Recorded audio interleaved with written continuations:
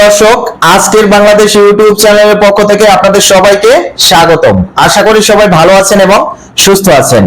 Video শুরু করার পূর্বে আমি আপনাদের কাছে একটা অনুরোধ করব, আমার সম্পূর্ণ ভিডিওটা আপনারা মন দিয়ে দেখুন। আর যদি আপনাদের ভিডিওটা ভালো লাগে তাহলে অবশ্যই ভিডিওটিতে একটি লাইক দিবেন এবং আমার চ্যানেলটা সাবস্ক্রাইব করবেন। আর যদি ভিডিওটি ভালো নাও লাগে তাহলে দেখতে থাকুন, দেখতে দেখতে একদিন ভালো লাগা ভালোবাসা হয়ে যাবে। এবং অবশ্যই আপনার মূল্যবান মতামত কমেন্ট করে জানিয়ে যাবেন, সেটা পজিটিভ হোক কিংবা নেগেটিভ হোক।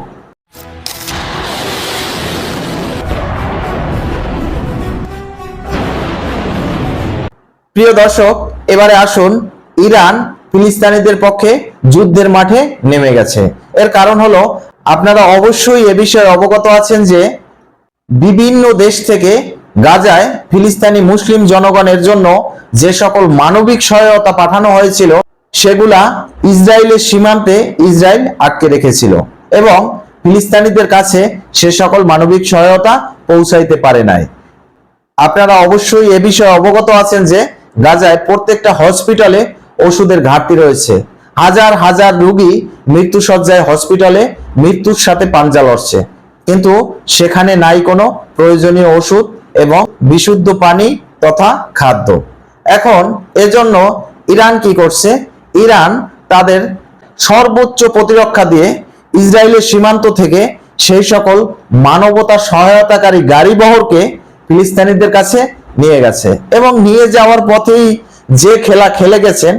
এবং এই সকল মানবিক সহায়তা সরবরাহ গাড়ি যখন ইসরায়েলের সীমান্ত থেকে গাজায় নিয়ে যাচ্ছিলেন, তখন ইসরায়েলের যে সকল প্রতিরক্ষা বলেন বা সৈন্য বলেন, যা কিছুই সামনে বাঁচছে সব কিছু মাটির সাথে মিশিয়ে দিয়েছে। এগুলো রাশিয়ার দেয়া সেই দূরপাল্লার ভারী ব্যালিস্টিক ক্ষেপণাস্ত্র ব্যবহার করে সমস্ত ইসরায়েলকে তছনছ করে মাটির সাথে গুঁড়িয়ে দিয়ে ইরান সেই মানবিক সহায়তাকারী গাড়ি বহরকে ফিলিস্তিনিদের কাছে নিয়ে যেতে সফল হয়েছেন। এই সকল মানবিক সহায়তার ভিতরে ছিল শুকনো খাবার, বিশুদ্ধ পানি, ওষুধ, পরনের জন্য জামা কাপড় সহ আরো অনেক নিত্য প্রয়োজনীয় জিনিসপত্র। তো দর্শক, ইরানের জন্য আমরা সবাই দোয়া করব যাতে ইরান ভবিষ্যতে এরকমের আরো অনেক খেলা দেখাইতে পারে। এবং ইরানকে সমর্থন করছে উত্তর কোরিয়া, চীন এবং রাশিয়ার মতন পরাশক্তি। এবারে আসুন, ইরান কেন কাউকে তোয়াক্কা করছে না, কারো কোনো কথা গায়ে লাগতেছে না। আমেরিকা বলেন, ফ্রান্স বলেন, ইসরায়েল বলেন, কাউকে আর পাত্তা দিচ্ছে না। কারণ আপনারা জেনে থাকবেন, যখন রাশিয়া ইউক্রেন যুদ্ধ শুরু হয়েছিল, সেই রাশিয়া ইউক্রেন যুদ্ধের সময় রাশিয়ার উপরে বিভিন্ন দেশ থেকে নিষেধাজ্ঞা জারি করছে, পৃথিবীর সব দেশ নিন্দা করছে রাশিয়ার উপরে, কিন্তু ইরান কখনো রাশিয়ার পাশ ছাড়ে নাই।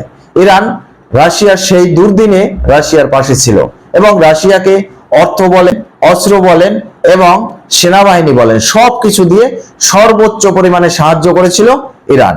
এবং রাশিয়াও সেই উপকারের কৃতজ্ঞতা জানাইতে ভুল করে নেই।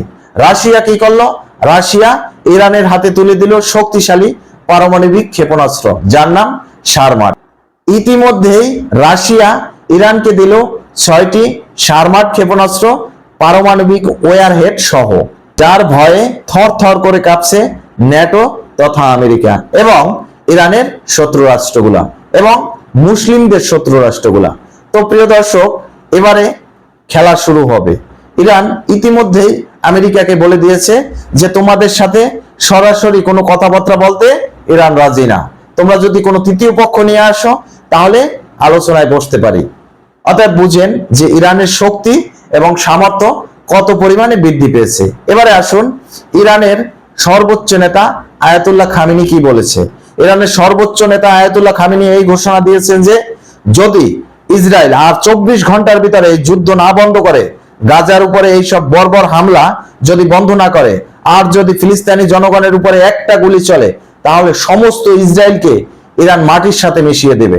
এ ধরনের দূরপাল্লার ভারী ব্যালিস্টিক ক্ষেপণাস্ত্র সহ সর্বোচ্চ প্রতিরক্ষা নিয়ে ফিলিস্তিনিদের পাশে ইরান দাঁড়িয়ে গেছে। এবং যখন ইরানের সৈন্যরা গাজায় ফিলিস্তিনিদের পাশে যুদ্ধ করছে, তখন ইসরায়েলের এক একটা সৈন্যবহরকে মাটির সাথে মিলিয়ে দিচ্ছে এবং কিছু কিছু ইসরায়েলি সেনা ভয়ভীত হয়ে পালিয়ে যাচ্ছে যুদ্ধের মাঠ ছেড়ে।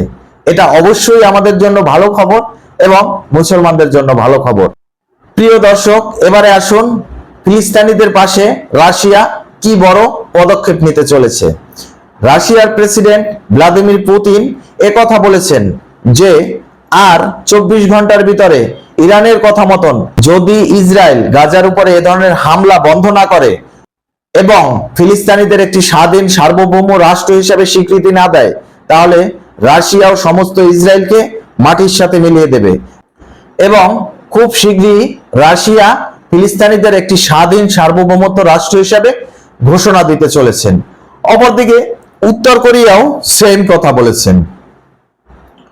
উত্তর কোরিয়ার প্রতিরক্ষা মন্ত্রণালয় থেকে এক বিবৃতিতে জানানো হচ্ছে যে উত্তর কোরিয়া অতি অল্প সময়ের ভিতরে ফিলিস্তিনিদের একটি স্বাধীন সার্বভৌম রাষ্ট্র হিসেবে ঘোষণা দিতে চলেছে এবং উত্তর কোরিয়ার সর্বোচ্চ নেতা কিম জং উন তিনি বলেছেন, আমার বন্ধু পুতিন এবং আয়াতুল্লাহ খামেনি যেখানে আছে আমি তাদের পথ অনুসরণ করব। অপরদিকে চীন, ফ্রান্স, সৌদি আরব, তুরস্ক এছাড়াও আরো অনেক মুসলিম কান্ট্রি ফিলিস্তিনিদের একটি স্বাধীন সার্বভৌম রাষ্ট্র হিসেবে স্বীকৃতি দিতে রাজি আছে। এটা অবশ্যই ফিলিস্তিনি মুসলিম জনগণের জন্য ভালো খবর এবং আমাদের জন্য স্বস্তির খবর। এজন্য প্রিয় দর্শক, ভিডিওটা সর্বোচ্চ পরিমাণে শেয়ার করে দিবেন যাতে প্রত্যেকটা বাংলাদেশি মানুষ এ বিষয় জানতে পারে যে ফিলিস্তিনের মুসলিম জনগণের দুঃখ দুর্দশার দিন এবারে শেষ হতে চলছে। কারণ ইতিমধ্যেই ফিলিস্তিনিদের পক্ষে পৃথিবীর শ্রেষ্ঠ যে পরাশক্তিগুলো আছে তার মধ্যে অন্যতম রাশিয়া, ইরান, উত্তর কোরিয়া, চীন সবাই যোগদান করেছে এবং সম্প্রতি ইরানের সৈন্য ফিলিস্তিনিদের হয়ে যুদ্ধের মাঠে যুদ্ধ করছে। অতএব আপনি এই বিষয়ে নিশ্চিত থাকতে পারেন যে খুব অল্প সময়ের ভিতরে ফিলিস্তিনিরা স্বাধীনতা লাভ করতে যাচ্ছে। তো প্রিয় দর্শক, এখানেই শেষ করছি। সবাই ভালো থাকুন, সুস্থ থাকুন। আল্লাহ হাফেজ।